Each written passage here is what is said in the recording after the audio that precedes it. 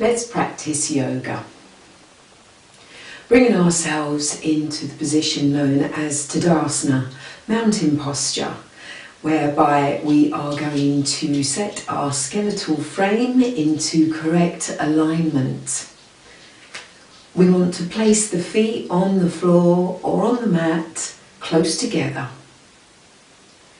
We want to pick the toes up and give them a little bit of a wiggle so that we release the tension from them. We want them to stay nice and soft. They don't need to grip into the mat or the ground. And then we're going to take an elevation from the soles of the feet, lifting upward around the ankles, the shins, the calf muscles. We want to raise the knees and experience the continuum that has begun. For everything that is rising up, that above it just wants to go in the same direction. So we create this continual lift, rising up through the thigh muscles, the quadriceps, which is the biggest muscle group of the body. We want to lift the hamstrings at the back of the legs, connecting to the base of the buttocks, whereby we then lift the buttock cheeks, draw the buttock cheeks together, and as you do that you'll feel this natural tilt of the pelvis, and it's the pelvic girdle correcting itself, putting itself into alignment. So just have that feeling that if, as you're standing upright, if you've allowed the stomach muscles to collapse forward, the buttocks to be pushing out behind you, the chest pushing forward, you might like to put one hand on the stomach, one hand on the base of the spine. Breathe in, lift, tilt, and align. Once you tilt the pelvis, you'll also feel the stomach wants to have a natural pull in. The belly button particularly, it draws in, back and down so that it actually gives support to the lower spine, which in turn increases strength through the whole of your vertebral column. So once we've lifted all the lower part of the body and we've corrected the pelvic alignment, we then lift up through the trunk of the body, the torso, thinking about the skin on the sides of our body. So from our hips to our armpits, everything's lifting. Let's take a nice breath in through the nostrils, and as we exhale, take those shoulders back, draw the shoulder blades towards each other. And this helps to open out across the front of the chest. It creates more space for the expanding lungs. As you breathe in, your rib cage is going to open to make space, and your lungs will inflate. So by taking the shoulders back, you give this extra room for the breath cycle. Have your arms hanging naturally by the sides of your body, your hands and fingers loosely dropping down to the floor, the mat. Your chin is parallel to the floor, and now you close the eyes. So you might feel a slight adjustment required in your disbursement of weight between your 2 feet. You may feel it just shifting between the left and right foot. So you want to centralise this and become totally grounded. You've got your head over your shoulders, your head and shoulders over your hips, the upper body connected to the lower body via the linchpin of your pelvis. Tune in to your rhythmic flow of breath. And you'll find that if, as you breathe in, you create that space and you have this continuum of uplift to the crown of your head and beyond, you'll notice that your weight, your total body mass, does disperse itself equally into the 4 corners of your 2 feet. Check in once again that you haven't clenched or gripped the toes too much. They should be soft and relaxed. Your teeth also soft, relaxed, unclenched. And then we'll open the eye. From Tadasana, we'll move into Urdhva Tadasana, upward mountain. We're going to breathe in and we're going to raise both arms so that the hands align with the shoulders. So we make a T position with our body. And let's feel the organic energy that is now running along the arms, from the shoulders to the elbows, elbows to wrists, wrists to fingertips. We're really reaching out in both directions, left to right. Another breath in through the nose, and we'll rotate the arms from the shoulder girdle and then extend the fingers down towards the mat. No judgment on how far your fingers extend. Take the time to be observant and adjust and adapt as you need. You can use the flesh on the arms to help with the rotation of the bones of the arms. And then we'll breathe in and we'll raise the hands above the head, keeping the shoulders away from the ears. You might like to look up and check that the palms of hands face each other, fingers together, thumbs running alongside. And then find a spot on the wall in front of you and use this for your point of focus. For when you now breathe in, you're going to slowly peel the heels of the feet away from the ground and rise up onto the stems of your feet, your toes. Everything is still lifting. You've still got an internal elevation. You're pulling up from pubis to navel, navel to breastbone. Take it slowly so that you don't wobble too much. You don't have to come up fully, immediately. Take your time so that you're able to check and observe your position and make any minor alterations or adjustments that are necessary to master the upward mountain. And then slowly synchronizing the lowering of the hands with the lowering of the heels, return to the mountain posture. Take a nice deep breath in and out. And as you breathe in, be aware of the air filling fully in the tummy as well as the chest. Your diaphragm, the large expanse of muscle here, part of the breathing apparatus. When you breathe in, it pushes down and it gently massages all your internal organs, the abdominals. So really experience that, and then as you breathe out, the stomach pulls in to reduce the size of the abdominals and to protect and strengthen the spine. Let's try that once more in a nice flowing movement. So we're going to take a breath in as we raise the hands to shoulder level.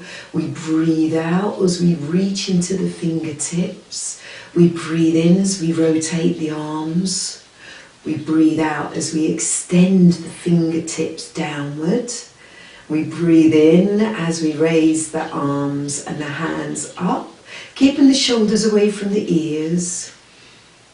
Have an inhalation and exhalation as you find that point in front of you that you can focus on, and then you'll breathe in and you'll peel the heels of the feet away from the mat as you rise up. Still lifting the flesh on the fronts, the backs, the sides of your legs. Still lifting the flesh on the trunk of the body. Still having a tilt of the pelvis. Breathe. And then slowly synchronizing the lowering of the hands, the lowering of the heels, coming back to that mountain position. Now let's move into a balance, which is going to assist us with our coordination too. It's the foundation of the Hatha Yoga principles, and it's the tree posture for Vrksasana. So you're going to take the weight into the left leg, a nice strong standing leg. You've still got that lift occurring. The knee is risen, as is the quadricep. You're going to peel the heel of the right foot away, and we're going to start at the base of the tree. So we're just going to take our right toes and gently plant them onto the top of the left foot. Now at this point, be aware if you've dropped the right hip down. See if you can pick that up so both hips retain their alignment and stay level. Avoid pressing the right toes down on that left foot too much. They should even maybe just hover a millimetre above the left foot. Breathe in and raise the hands to come together at the heart. Right at the breastbone, the sternum. Check again that you've got that nice tilt of the pelvis, rather than collapsing the stomach muscles and poking your buttocks out behind you. So you want to tilt them in, and then that natural pull of the tummy happens. And you want to make yourself feel as if you're continually stretching upward, almost as if you have a golden thread from the crown of your head and it's pulling you up. And draw into this central meridian, the energy channel that runs directly through the centre of you. It runs alongside the vertebral column, and it will keep you drawn in and grounded into that standing foot as we take away our sense of sight. The sense of sight we use overly so, more than any of the other senses, for possibly we use our sight as a means of taste when we look at our food before we eat it. We may use our sense of sight as a measurement of hearing when we look at someone's face when they're speaking. If we take away the sense of sight, we pull and draw into these other senses: sound, taste, smell, the kinesthetic sense of touch. So we can heighten all of those. So slowly you're going to lower your gaze to the ground in front of you, maybe about 6 foot in front of you. And then slowly you will allow the eyelids to close over the eyeballs.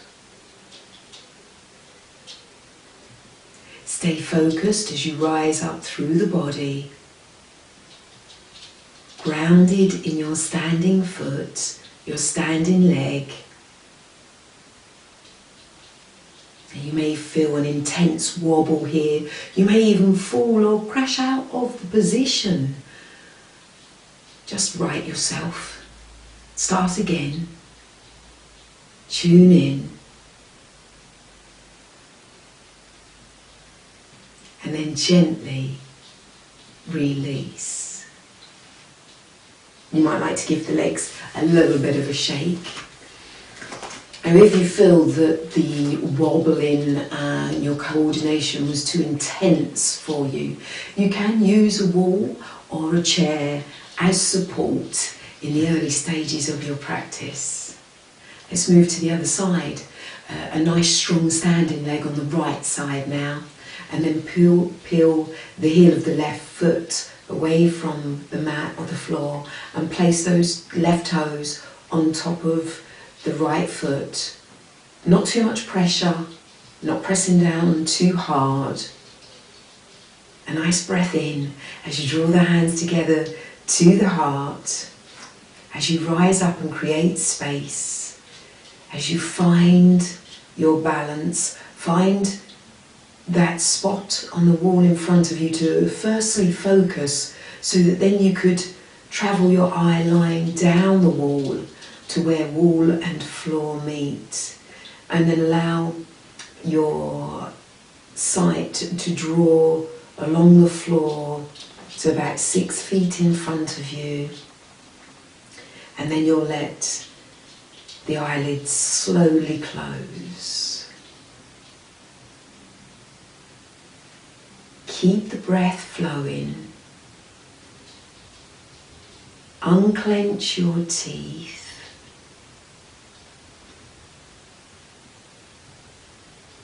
Tune in.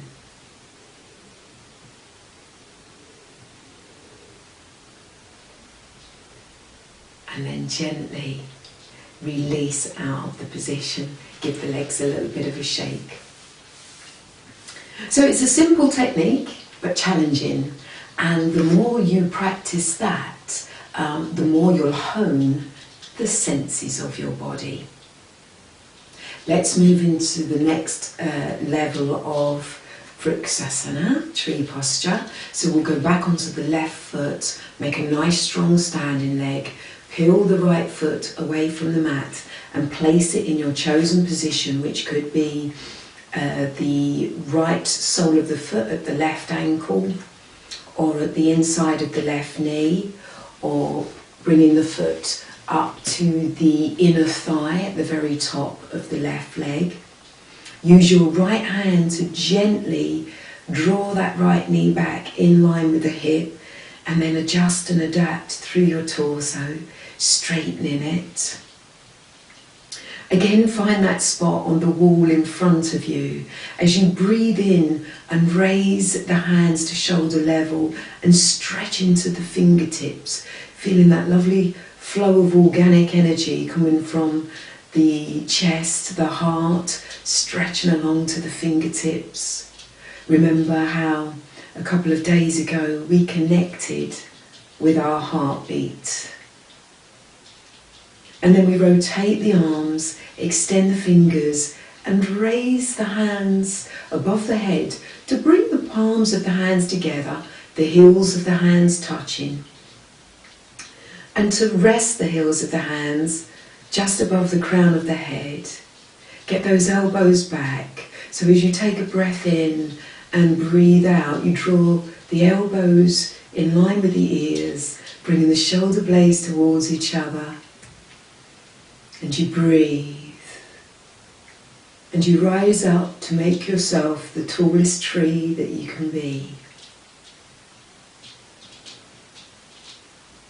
Unclench your teeth. Lift internally, externally. And then gently draw the hands down past the brow to the heart and release. Coming out of the position with the strength and grace that you entered. So if whilst you're holding the position, you wobble, you feel like you're going to crash out, that's the time to be coming out with strength. Even if you've only held the position for 20-30 seconds, it's better to come out strong so that when you next practice, you build your next layer of strength and you'll be able to hold the position for another 5 seconds, 10 seconds, rather than in that first instance have the ego say, I want to hold it, and then you crash out. Okay. So we're on to the other side, we're making a strong standing right leg. We peel the left heel away from the mat and place that left foot in our chosen position, using our left hand to gently bring the left inner thigh out so that the left knee is in line with the left hip, and adjust and adapt up through the trunk of the body. Relax your shoulders away from the ears. Just have a check if you've pulled in tension through concentrating and you're a bit stiff and rigid up in the upper body. Relax, let it go. Find that spot on the wall to bring focus.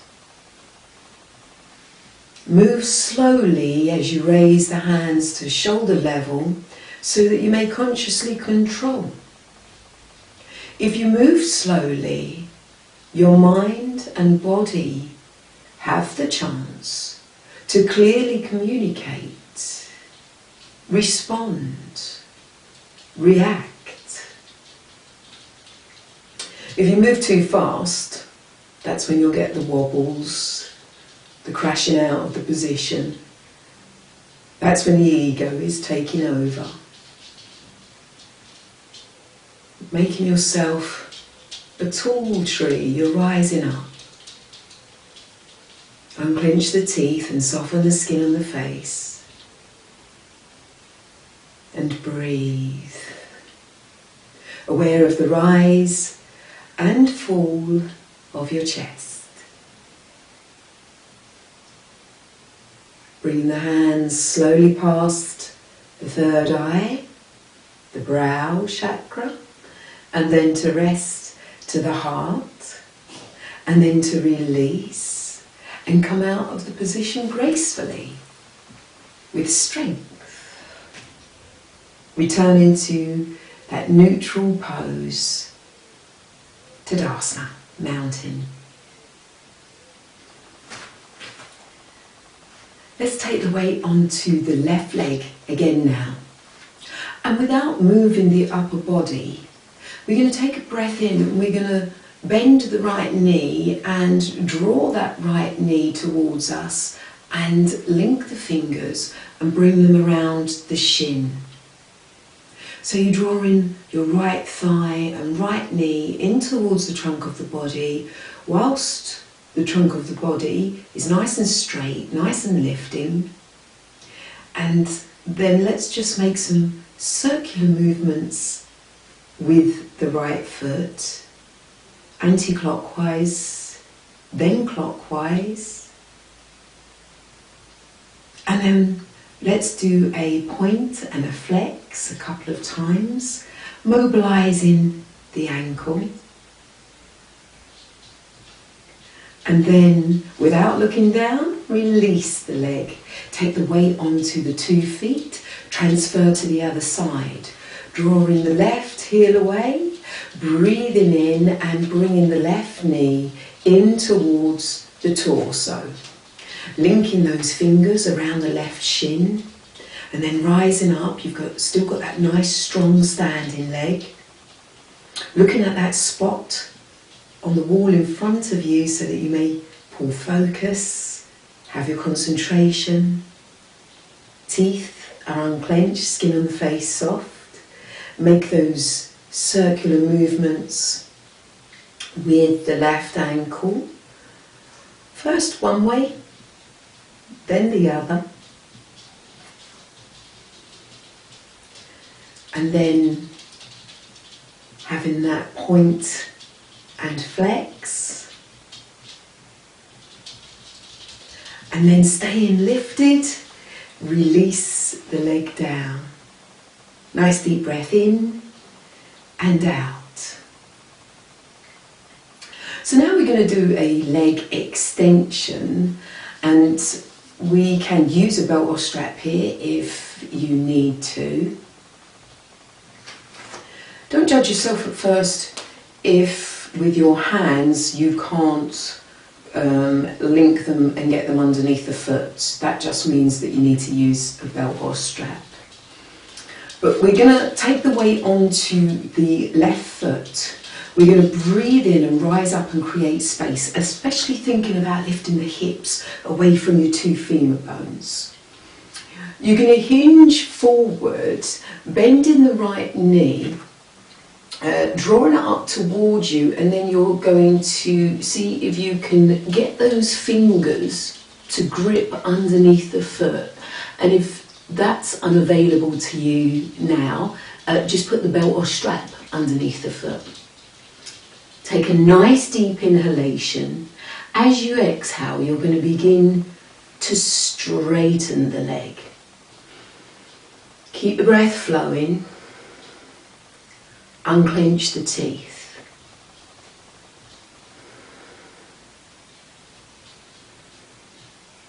And then gently allow that knee to bend and release and bring yourself to the neutral position. Let's move to the other side, taking the weight onto the right foot. Let's create that space as we inhale, and then as we exhale, we hinge forward. We bend the left knee, bringing it in towards the trunk of the body, and then collecting that foot in our hands if we link the fingers, or of course placing the belt or strap underneath the left foot. Another nice breath in, and then as you exhale, extend the leg to straighten. Keep your point of focus nice and calm and composed as you're finding that great balance and coordination. And then releasing out of the position to once again stand upright. Now let's take the weight onto the left leg once again. We're going to peel the right foot away from the mat, and we're going to draw that right knee in towards us. And let's just link our hands underneath the hamstring as we adjust and adapt into the position, making the torso upright. Nice deep breath in. And as you exhale, see if you can begin to straighten that right leg. And then can you release the hands and keep the leg straight, and then slowly lower it down. Transfer to the other side, breathing in, making the movement become fluid. Breathing out, straighten the leg, release those hands. Keep rising up through the trunk of the body, even as the legs descend. The leg rather. Let's try that once more. Breathe in, bringing the right knee in towards us. Exhale, straighten the right leg. Release the hands, stay lifted up through the trunk of the body. This is really building strength in the thighs, giving you a lot of potential new coordination and balance. Flow into the other side. We're now bringing the left leg in towards us. Exhale, straighten that left leg. Rise up through the torso as you lower that down. A breath in and a breath out. Now let's bring a twist into the position. So we're going to take the weight onto our left leg. We're going to breathe in, draw that right knee to bend, coming close into us. And let's now bring our our left hand outside of our right knee. Release the right hand down. You've got a nice uplifting torso, the trunk of the body. Your head still over the shoulders, head and shoulders over your hips. You're going to bring the right hand in front of you and then swing it round 180 degrees and turn to look over the right shoulder. Unclench your teeth and breathe. And then gently releasing out to that central position, and then we'll transfer onto the other side. We'll take the weight onto the right foot, we'll breathe in, bend the left, bring the right hand outside of the left knee, bring the left hand in front of you, and then swim it round 180 degrees as you rotate the trunk of the body to look over your left shoulder. Keep lifting internally with every inhalation. Keep surrendering into the position with every exhalation. And then gently release out of the position. And now we'll go with the full leg extension and the twist. So let's take the weight onto the left foot. Breathe in, bend the right knee, draw it in towards you. Now you're going to bring your left hand to collect the outside edge of the right foot if you can. You might like to use a belt or strap here. You may also like to have a wall close by as support. Rise up through the torso. As you exhale, straighten the leg. Bring the right hand forward, and then it will rotate 180 degrees so that it's behind you in line with your shoulder, and you turn and look over your right shoulder. Breathe. And then releasing from the position to go to the other side. Take the weight onto the right foot. Breathe in, bend the left leg in towards you. You can bring that right hand outside of the left foot, or of course using your belt or strap. Your standing leg nice and strong, firmly planted, and then to an exhalation you'll extend through the left leg, release the left hand, take it 180 degrees, turning the spinal cord, taking the flesh on the trunk of the body, and then turning the head and neck to look over the left shoulder.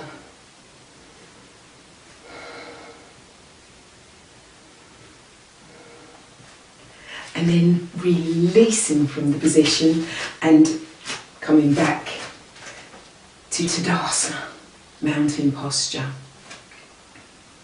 Let's just step the feet about 3.5 feet apart, taking ourselves into a restorative position for the heart. Get your hands on your hips, nice deep breath in. Create lift and space up through the legs. Get the hips away from the femur bones. Hinge over. Take yourself forward and down. Watching your alignment as you go, keeping those shoulders level. Get to a point that's good for you, and then can you release the hands from the hips and catch the opposite elbows, and then let your head relax through the shape you have made with your arms. Keep the skin on your legs rising up, keep the muscles, especially the inner thigh muscles, drawing their connection to the bone. Breathe. Now resting the heart.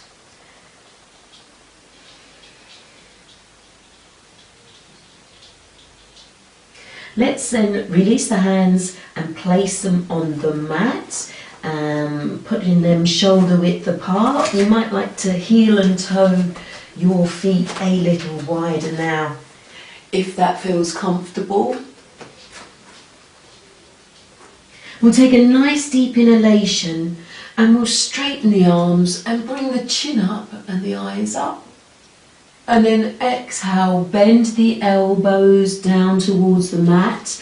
You want those elbows to stay in line with the shoulders and wrists. So be aware that you've not dropped your elbows way out of alignment.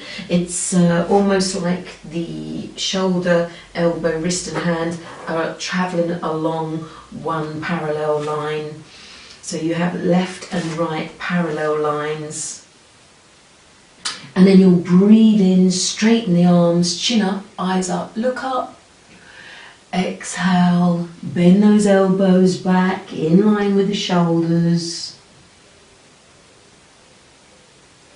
Third time, breathe in, straighten the arms, nice straight back, and then exhale, bend those elbows.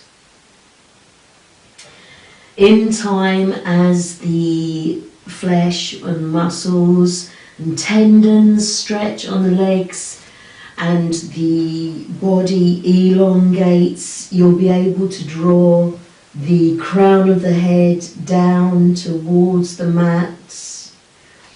Of course, no judgment if it's not happening straight away. It does take time. Let's then place our hands onto our ankles and slowly draw the fingertips along the outside edge of the legs. Get your chin on your chest. Pull the tummy in as you restack the vertebral column to come upright, and then your heel and toe, walk, step or jump the feet together, back to Tadasana, mountain pose. Let's have the chin parallel with the mat. Let's close the eyes and tune in. Be aware of how you feel internally, externally. Be aware of the new sense of connection you have between body and mind. If you've been following all the days of yoga that we have been having these sessions, you will have noticed by now a new connection of mind and body. The mind more able to give clear and concise instruction, the body more able to understand and react accordingly. And remembering that everything you learn on the yoga mat, you can apply to your daily life, to your lifestyle. Open the eyes, bring the palms of the hands together at the heart to give thanks and gratitude for your practice at whichever level you are at in this present moment. Be grateful and be safe in the knowledge that yoga is good for you.